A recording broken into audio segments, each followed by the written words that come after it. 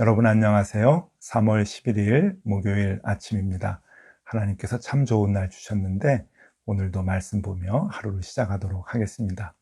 오늘은 사무엘하 5장 1절에서 12절까지 말씀입니다. 이스라엘 모든 지파가 헤브론에 이르러 다윗에게 나와 이르되 보소서 우리는 왕의 한 골육이니이다. 전에 곧 사울이 우리의 왕이 되었을 때에도 이스라엘을 거스려 출입하게 하신 분은 왕이시었고 여호와께서도 왕에게 말씀하시기를 내가 내 백성 이스라엘의 목자가 되며 내가 이스라엘의 주권자가 되리라 하셨나이다 하니라. 이에 이스라엘 모든 장로가 헤브론에 이르러 왕에게 나아오매 다윗 왕이 헤브론에서 여호와 앞에 그들과 언약을 맺음에 그들이 다윗에게 기름을 부어 이스라엘 왕으로 삼으니라. 다윗이 나이가 30세의 왕위에 올라 40년 동안 다스렸으되 헤브론에서 7년 6개월 동안 유다를 다스렸고 예루살렘에서 33년 동안 온 이스라엘과 유다를 다스렸더라. 왕과 그의 부하들이 예루살렘으로 가서 그 땅 주민 여부스 사람을 치려하매 그 사람들이 다윗에게 이르되 내가 결코 이리로 들어오지 못하리라. 맹인과 다리 저는 자라도 너를 물리치리라 하니 그들 생각에는 다윗이 이리로 들어오지 못하리라 함이나 다윗이 시온 산성을 빼앗았으니 이는 다윗성이더라. 그날에 다윗이 이르기를 누구든지 여부스 사람을 치거든 물깃는 대로 올라가서 다윗의 마음에 미워하는 다리 저는 사람과 맹인을 치라 하였으므로 속담이 되어 이르기를 맹인과 다리 저는 사람은 집에 들어오지 못하리라 하더라. 다윗이 그 산성에 살면서 다윗성이라 이름하고 다윗이 밀로에서부터 안으로 성을 둘러 쌓으니라. 만군의 하나님 여호와께서 함께 계시니 다윗이 점점 강성하여 가니라. 두로왕 히람이 다윗에게 사절들과 백향목과 목수와 석수를 보내매 그들이 다윗을 위하여 집을 지으니 다윗이 여호와께서 자기를 세우사 이스라엘 왕으로 삼으신 것과 그의 백성 이스라엘을 위하여 그 나라를 높이신 것을 알았더라. 아멘. 네, 오늘은 아주 역사적으로 뜻깊은 장면이 이제 나오고 있습니다. 드디어 다윗이 통일 왕국의 진정한 왕이 되는 것과 그리고 헤브론에서 이제 천도를 해서 예루살렘으로 수도를 옮기는 이제 그러한 놀라운 일이 이제 일어나는 그 장면이 이 사무엘하 5장에서 나옵니다. 이제 명실상부하게 다윗이 이스라엘의 진정한 이제 왕이 되는 것이고 하나님이 다윗 왕국을 아주 건실하게 강성하게 만들어 주신다라고 하는 말씀이 이제 나오게 됩니다. 오늘은 그래서요, 여러분 예루살렘으로 이제 수도를 옮기게 된 의미가 무엇이고 그 예루살렘에 우리가 여러 가지 의문점들이 많이 있는데 이름부터 뭐 시온성이라고도 부르고 다윗성이라고도 부르고 예루살렘이라고도 하고 이제 그러는데 그 이름의 뜻이 무엇이고 예루살렘의 회복이 무엇인가 하는 것을 짧은 시간이지만 오늘 아침에 살펴보고자 합니다. 먼저 예루살렘으로 이제 수도를 옮기게 되어서 다윗이 예루살렘에서 성을 쌓고 이스라엘을 다스리게 되는데 이게 하나님의 놀라운 계획과 오래도록 하나님께서 다윗을 참으시는 중에 인도하시는 그런 그 여정이었음을 보게 됩니다. 이 예루살렘이라고 하는 것은 모리아산과 이제 붙어 있습니다. 여러분 모리아산은 잘 아시죠? 아브라함이 아들 이삭을 하나님께 제물로 바치려 했던 곳입니다. 그래서 그 아브라함의 마음을 알고 하나님께서 아브라함에게 또 언약을 새롭게 맺어주신 곳이죠. 그곳에 이제 다윗이 돌아와서 이스라엘의 수도를 중심지를 삼는다고 하는 것은 이스라엘 백성에게 있어서는 얼마나 놀라운 일인지 모릅니다. 그래서 이 다윗이 그 일을 하면서 이제 예루살렘은 누가 뭐래도 이스라엘의 중심지가 되어서 하나님께 예배하고 하나님께 제사하는 그 성전을 이제 그 자리에다가 건축하게 되는 것이죠. 이렇게 해서 하나님의 오랜 계획이 이제 이루어지게 되는 것이죠. 자, 이 예루살렘이라고 하는 그 도시의 이름이 무슨 뜻인가 하면은요, 두 단어의 합성어입니다. 예루라고 하는 것과 살렘이라고 하는 건데요. 살렘은 샬롬이죠. 평화, 평안이라고 하는 뜻이고, 예루라고 하는 것은 기초, 기반, 이런 뜻입니다. 그러니까 평화의 땅, 평화의 장소, 평화의 도시, 이런 의미가 이제 되겠죠. 근데 여기는 원래 이스라엘 사람들의 땅이 아니라 여부스 사람들이 살고 있었습니다.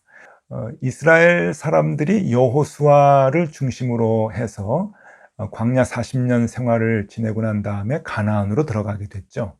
가나안 들어가면서요, 이 여리고 성을 비롯해서 성읍을 하나씩 하나씩 점령하면서 가나안 온 땅을 이제 차지하게 됩니다. 그런데 이 예루살렘만큼은 함락시키지 못했습니다. 왜냐하면은 이 해발고도 800m 그 산 위에 견고하게 성곽을 쌓아놓고 있는 이곳을 점령하기가 굉장히 힘들었거든요. 그래서 성경에 보면은 여호수아 15장 63절에 보면은 이렇게 나옵니다. 예루살렘 주민 여부스 족속을 유다 자손이 쫓아내지 못하였으므로 여부스 족속이 오늘까지 유다 자손과 함께 예루살렘에 거주하니라. 네, 거기는 함락시키지 못했다라고 하는 겁니다. 그러니까 얼마나 이 난공불락의 성읍이었는지 예루살렘 성을 함락시키지 못해서 그냥 내비두고 함께 살았다라고 하는 그런 얘기인데, 그것을 다윗이 지금 점령을 한 겁니다. 그러니까 이게 얼마나 이제 뜻깊은 일입니까? 450년 동안에, 그러니까 이스라엘 사람들이 가나안에 들어와서 산 지 450년 동안에 점령하지 못했던 예루살렘을 다윗이 군사들과 함께 이제 전쟁을 치러서 들어간 건데, 어떻게 들어갔는가 하면은 오늘 말씀의 8절에 보니까 물 깃는 그 수로를 타고 올라가서 이제 점령을 했다고 얘기합니다. 아주 다윗이 똑똑했던 사람인 것 같고 계략이 철저했던 것 같습니다. 예루살렘은 수로가 있는데 물을 끌어와야 이제 그 성읍에 사는 사람들이 물을 마시니까 그러죠. 그 수로를 타고 올라가서 이제 그 여부스 사람들을 몰아내고 성읍을 차지하게 됐다라고 말합니다. 자, 그러면 이 우리의 의문점을 좀 이제 풀어보겠는데요. 왜 예루살렘을 다윗성이라고 얘기하고 또 시온성이라고도 얘기할까? 거기 모리아산이 있으니까 모리아산이 예루살렘이 된 거는 이해가 가겠고, 예루살렘을 함락해서 다윗성이라고 이름을 붙인 것은 이해가 되는데 왜 시온산이라고 얘기를 할까? 여러분, 시온이라고 하는 것은 이스라엘 백성에게 있어서는요, 정말 영적 그 중심지, 영적 뿌리와도 같은 근원지라고 얘기하지 않습니까? 시편 87편 5절에 보면은 이렇게 나옵니다. 시온에 대하여 말하기를 이 사람 저 사람이 거기서 났다고 말하리니 지존자가 친히 시온을 세우리라 하는도다. 모든 이스라엘 백성들은, 유대인들은 그 근원이, 생명의 근원이 시온이다 라고 하는 이 신앙의 고백을 하고 있는 것이죠. 그만큼 그들은 시온을 마음의 고향으로, 영적 고향으로 그렇게 생각을 하고 있습니다. 시온 백성이라고 그렇게 얘기를 하죠. 근데 이 시온이 바로 예루살렘을 얘기하는 것이고 다윗성을 얘기하는 겁니다. 그 이유는 이렇습니다. 이제 다윗이 여부스 족속을 몰아내고 예루살렘을 함락할 때 그 당시에 예루살렘의 모습입니다. 상상도인데요. 정말 아주 그 높은 산 위에 달랑 이렇게 성읍이 이렇게 있는데, 지금 이제 저곳을 다윗이 점령을 합니다. 그리고 다윗이 점령하고 난 다음에 이제 성곽을 쌓았는데 그것이 다윗성이죠. 다윗성이고, 그 북쪽으로, 위쪽으로는 이제 후대에 솔로몬 때 예루살렘 성전을 짓기 위해서 터를 이제 마련해 놓고 있고요. 그리고 왼쪽으로 시온산이 보입니다. 여러분, 왼쪽에 이제 조금 높은 산이 이제 시온산인데, 이것이 나중에 이제 그 주민이 많아지면서 그쪽까지 다 주택이 이제 들어서게 되는데, 그래서 예루살렘 성으로 이제 그 포함이 됩니다. 다윗성을 한번 이제 그 봐주시죠. 이게 모형도인데요. 지금 예루살렘 가면은 요 모형도가 있습니다. 오늘 성경에 보니까 11절에 두로왕 히람이 다윗에게 사람을 보내서 그 다윗성을 지어줬다고 하는데, 그 다윗성입니다. 아주 견고하게 지었죠.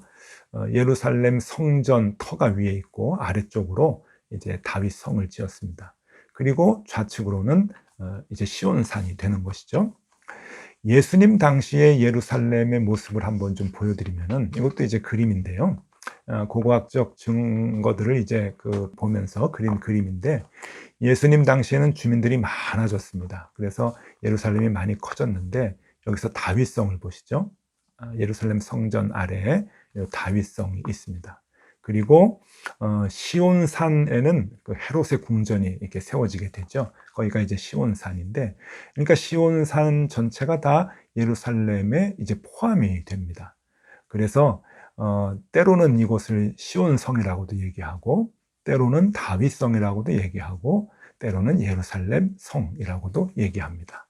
그리고 아브라함이 이삭을 바쳤던 모리아산, 그것은 예루살렘 성전 터가 되는 것이죠. 네. 그러면 솔로몬이 지었던 성전을 한번 보시죠. 지금은 남아있지 않지만 솔로몬이 지었던 그 성전입니다. 이제 이렇게 지었을 것이다 라고 이제 그 조감도를 이렇게 상상해서 이제 그린 건데요. 지금은 예루살렘 성전 터가 그렇지 않습니다. 지금의 모습을 보시면은요, 지금은 이슬람교의 황금 사원이 세워져 있죠. 이 예루살렘은 역사적으로 한 20번 정도 주인이 바뀝니다. 주인도 바뀌고 10번 정도 예루살렘 성전이 파괴되고 다시 재건이 되고 이제 그랬는데, 참 비참한 그 곳이죠. 평화의 도시라고 하는 이름에 걸맞지 않게 역설적이게도 가장 세계에서 전쟁이 많았고 피를 많이 흘렸던 곳인데, 주인이 바뀌면서 종교가 자꾸 바뀌는 거예요. 그래서 지금은 이슬람을 믿는 팔레스틴 사람들이 점령을 하고 있어서 이곳에 이 황금 사원, 이슬람 사원을 이제 짓고 있고요. 그리고 유대인들은 들어가지 못합니다. 그러니까 유대인들은 들어가지 못하니까 밖에서 통곡의 벽에서 이제 통곡을 하고 이제 있는데, 정치적으로 굉장히 민감한 그런 장소가 되고 말았죠. 자, 요 그림을 한번 보십시오. 옛날에 예루살렘 성전과 지금의 그 이슬람 사원과의 그 비교입니다. 똑같은 터 위에 지금 이렇게 바뀌었다라고 하는 것을 이제 보여주고 있는데, 그만큼 참 이 눈물의 장소가 바로 예루살렘이 아닌가 하는 그런 그 생각이 듭니다.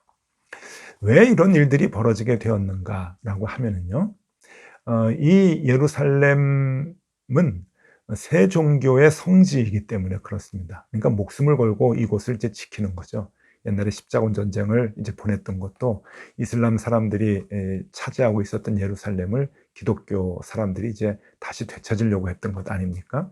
이렇게 세 종교의 이제 그 성지인데, 먼저 이제 유대교입니다. 유대교에는 이제 어떤 의미가 있는가 하면은, 아까도 말씀드렸듯이 아브라함이 이삭을 바쳤던 모리아산, 그러니까 이스라엘의 뿌리가 이제 시작이 되는 곳이죠. 그리고 다윗이 예루살렘을 중심으로 통일 왕국을 건설을 했죠. 다윗과 솔로몬 때 아주 강성한, 왕성하게 성장한 그러한 국가를 이제 건설을 해서 주변에 있는 모든 나라들을 다 호령을 했습니다.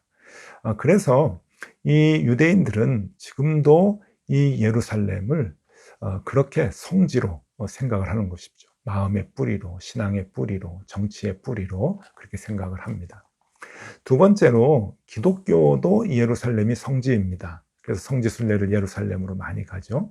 기독교는 왜 성지인가 하면은 예수님의 고난과 예수님의 죽으심과 그리고 예수님의 부활하심과 예수님의 승천하심, 이 모든 것들이 예루살렘에서 이루어집니다. 그래서 정말 기독교에는 이 성지가 많이 있지만 예루살렘이 성지 중에 성지이죠. 근데 이렇게 유대교하고 기독교만 성지가 아니라 이슬람교에도 성지입니다. 이슬람에도 이 마호메트가 가브리엘 천사에 이끌려서 이곳에서 승천을 했다고 믿고 있는 거죠. 그래서 그 승천한 장소가 바로 예루살렘 성전터이고, 그 위에 그 승천을 기념하기 위해서 황금 사원을 지금 건축해 놓고 있는 겁니다. 그래서 예루살렘은 유대인들과 기독교인들과 이슬람 믿는 사람들, 모든 사람들이 1년 내내 순례를 하는 그러한 그 성지로서 아주 굉장히 중요한 곳이죠. 근데 여러분, 참 마음 아픈 일입니다. 이 소중한 예루살렘이 이렇게 많은 사연에 얽혀 있다고 하는 것이 이제 굉장히 마음 아픈데, 그래서 유대인들은 지금도 예루살렘을 회복해야 된다라고 하는 그러한 그 마음을 갖고 있습니다. 그래서 더 많이 통곡의 벽에서 울기도 하고 그러겠죠. 그런데 왜 예루살렘의 회복이라고 하는 게 뭘까 하는 겁니다. 예루살렘의 회복, 굉장히 중요한데요. 예루살렘의 회복은 두 가지 의미가 있죠. 하나는 아브라함이 이삭을 제사, 제물로 바쳤던 희생정신의 회복, 그 의미가 있고요. 또 하나는 다윗과 솔로몬 왕 때 강성했던 아주 강한 통일 왕국으로의 회복의 의미가 있습니다. 여러분, 지금 유대인들은 무슨 회복을 더 바랄까요? 그건 두 번째이죠. 다윗 왕국 같이, 솔로몬 왕국 때 같이 그렇게 강성해서 이웃 나라들을 다 물리치고 통일 왕국을 이루는 하나님의 나라가 더 강하다고 하는 것을 보여주는 그것의 회복을 간절히 바라고 있습니다. 그런데 여러분, 하나님은 무슨 회복을 바라실까요? 예루살렘의 회복이라고 할 때 하나님은 어떤 회복을 원하실까요? 그것은 희생이겠죠. 분명합니다. 예수님께서 우리에게 그것을 가르쳐 주신 거죠. 그리스도의 십자가가 예루살렘에서 있었던 것은 바로 그것 때문입니다. 이 아브라함이 아들 이삭 가장 소중한 것을 하나님께 드리면서 희생하려고 했던 것, 나를 죽이는 그 희생, 그것을 하나님께서는 다시 원하고 계시는 거죠. 우리가 하나님을 믿을 때 우리의 마음속에도 영적 예루살렘, 영적 시온성이 회복돼야 하는데, 그 회복은 바로 힘이 세져서 남들을 무찌르는 회복이 아니라 바로 우리가 더 희생하고 나를 더 죽여서 하나님을 높이 세워드리는 그 희생이 우리에게 필요합니다. 여러분, 안타까운 것은 오늘날 우리 한국 교회들을 보면은 이 두 번째의 회복을 너무 많이 바래요. 교회가 더 힘을 많이 갖고 더 세져서 사회에 영향력을 끼치고 많은 일에 간섭을 해서 교회가 원하는 대로 바꿔놓으려고 하는 그러한 힘의 회복을 자꾸만 바라는데, 여러분, 그러면 그럴수록 교회는 더욱더 몰락하고 말 것입니다. 하나님께서 진정 우리에게 원하시는 것은 영적 예루살렘의 회복, 영적 시온의 회복, 그것은 무엇인가? 나를 죽이는 십자가의 회복을 의미하는 것이죠. 아들 이삭을 하나님께 기꺼이 바치겠다고 하는 희생의 그 회복, 그 마음이 우리에게 있어야 할 것입니다. 그럴 때 우리가 강해지는 것이고, 그럴 때 우리가 영향력을 미치는 것이겠죠. 왜? 하나님이 우리를 이끄시고 인도해 주시기 때문입니다. 여러분, 오늘은 예루살렘에 대한 생각을 좀 해봤습니다. 예루살렘에 대한 의문점이 좀 풀어졌으면 이제 좋겠고요. 영적 예루살렘 회복되면 좋겠습니다. 오늘 하루 하나님, 내가 더 희생하기를 원합니다. 내 삶 속에서 가장 좋은 것을 하나님께 드리며 나를 의지하지 않고 내 힘이 세지기를 바라지 않고 하나님 앞에서 더 희생하기를 바라는 그 신앙이 회복되게 해 주십시오. 그 마음을 갖고 오늘 하루도 생활하면 좋겠습니다. 여러분, 힘내십시오. 기도하겠습니다. 하나님, 감사합니다. 세상의 많은 사람들은 힘을 원하고 교회조차도 강한 교회가 되기를 바라고 있지만, 하나님이 진정 우리에게 회복시키시고자 하는 것은 십자가의 능력과 희생의 능력임을 압니다. 주님, 그 마음이 우리 마음속에서, 신앙 속에서 회복되게 하여 주시고 그 하루가 되게 하여 주옵소서. 예수 그리스도 이름으로 기도드리옵나이다. 아멘. 네, 함께 기도하시겠습니다.